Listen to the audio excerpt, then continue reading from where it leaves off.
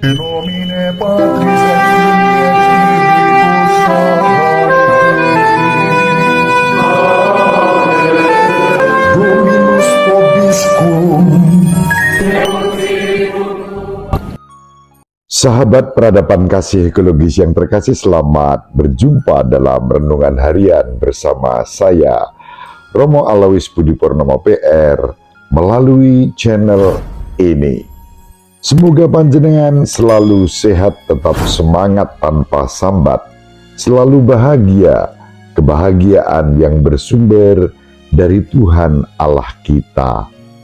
Mari kita awali perjumpaan kita dengan bersatu di dalam doa.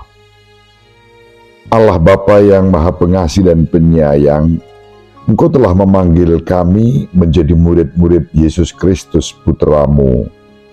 Engkau mengajarkan kepada kami agar kami semakin serupa dengan Dikau, sebagaimana juga dikehendaki oleh Putra-Mu sendiri, yang menghendaki agar kami sempurna seperti Bapa sempurna adanya, penuh dengan belas kasih, kerahiman, dan pengampunan kepada sesama.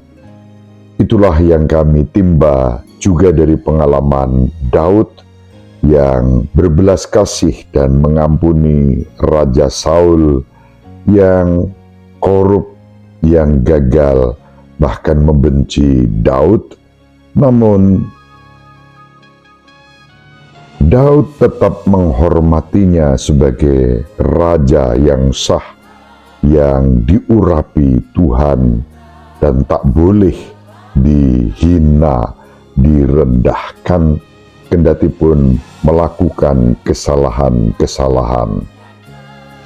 Berilah kami hati seperti Daud, agar kami dapat menunjukkan di tengah-tengah kehidupan masyarakat kami belas kasih, pengampunan, dan kerahiman sebagai murid-murid Putra-Mu Yesus Kristus sepanjang segala masa.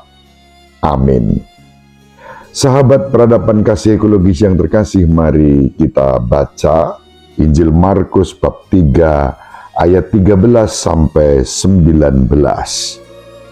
Pada suatu hari Yesus naik ke bukit. Ia memanggil orang-orang yang dikehendakinya, dan mereka pun datang kepadanya. Ia menetapkan 12 orang untuk menyertai dia dan untuk diutusnya memberitakan Injil dan untuk menerima dari dia kuasa mengusir setan. Ke-12 orang yang ditetapkannya itu ialah Simon yang diberinya nama Petrus, Yakobus anak Zebedeus, dan Yohanes saudaranya, yang keduanya ia beri nama Boanerges, yang berarti anak-anak guruh. Selanjutnya Andreas, Filipus, Bartolomeus, Mateus, Thomas, Yakobus anak Alfeus, Tadeus, Simon orang Zelot, dan Yudas Iskariot yang mengkhianati dia. Demikianlah sabda Tuhan. Terpujilah Kristus.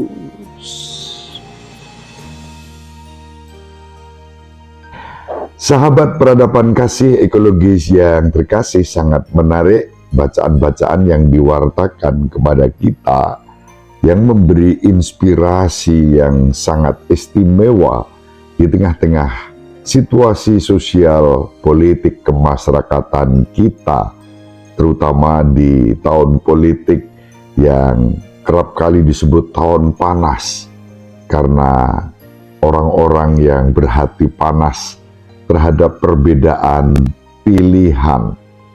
Sebetulnya yang seperti itu tidak perlu terjadi.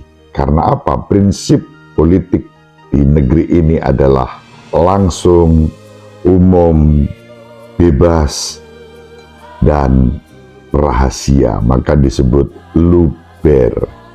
Tetapi toh ada orang-orang yang terus-menerus menggoreng perbedaan-perbedaan itu dengan suasana yang panas. Kita tidak perlu sebagai murid-murid Kristus terjebak di dalam situasi yang seperti itu.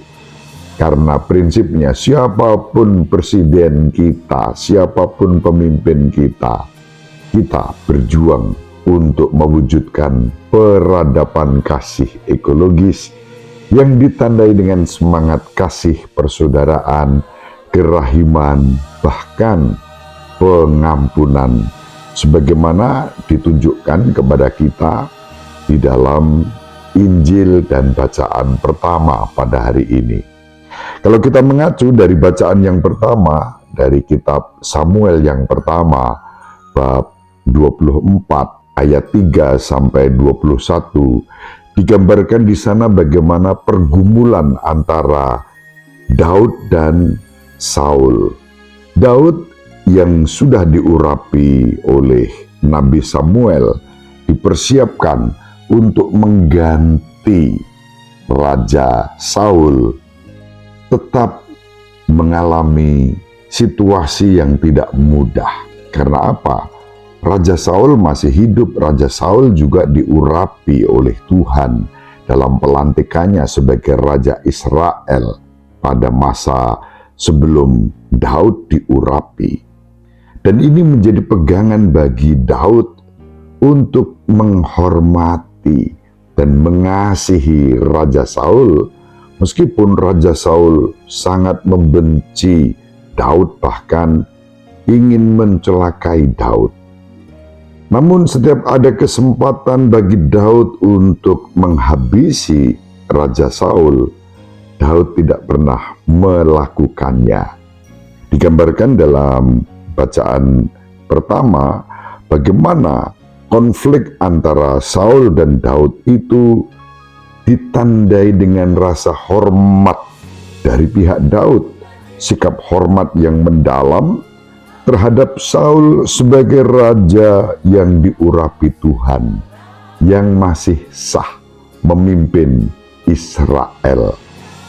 Maka alih-alih membunuh Saul ketika ada kesempatan yang begitu mudah untuk memenggal kepala Saul, Daud justru menyerahkan keputusan atas sikap raja yang jahat itu kepada Tuhan, karena dia tahu bahwa Tuhan akan memberikan keadilan. Sahabat peradaban kasih ekologis yang terkasih, alih-alih membunuh Raja Saul yang jahat itu, Daud justru menunjukkan belas kasih, pengampunan. Dan itu yang kemudian membuat Raja Saul tersentuh, terharu, menangis melihat bagaimana Daud memiliki karakter yang istimewa untuk menggantikan posisinya.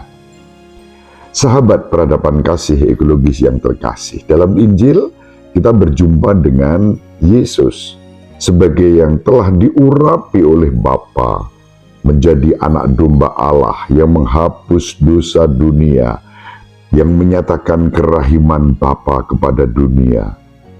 Yesus pun melibatkan para murid untuk menjadi rasul yang diutus memberitakan Injil.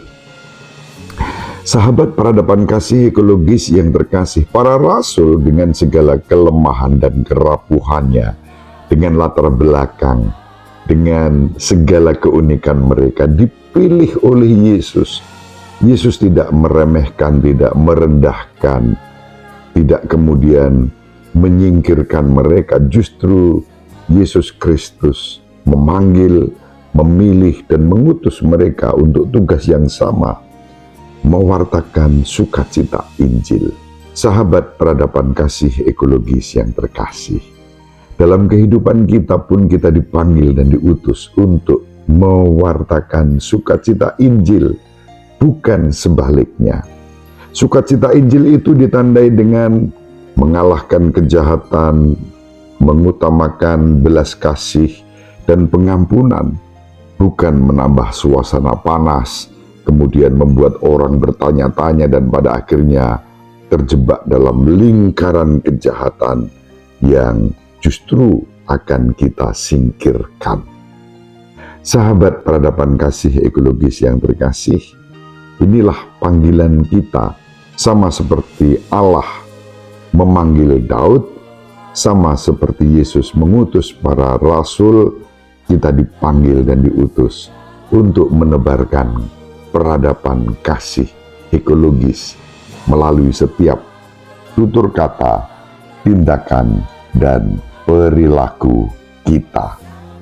Sahabat peradaban kasih ekologis yang terkasih, saya membayangkan kemenangan Daud atas Raja Saul itu jauh lebih dahsyat dibandingkan atas kemenangannya terhadap Goliat yang membuat Goliat terbunuh oleh Daud.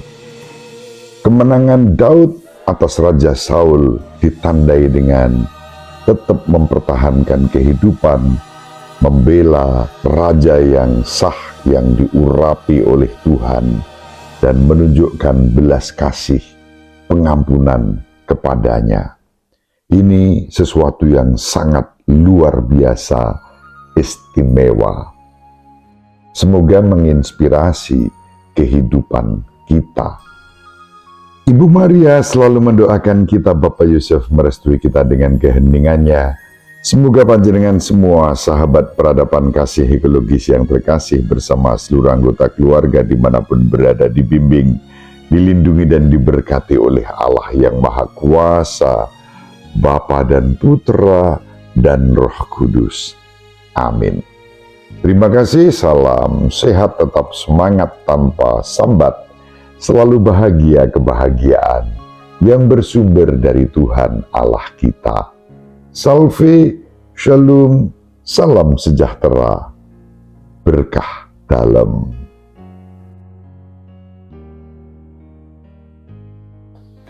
Sahabat peradaban kasih yang terkasih, sampai jumpa pada episode berikutnya. Terima kasih atas kebersamaan kita. Salam peradaban kasih ekologis, berkah dalam.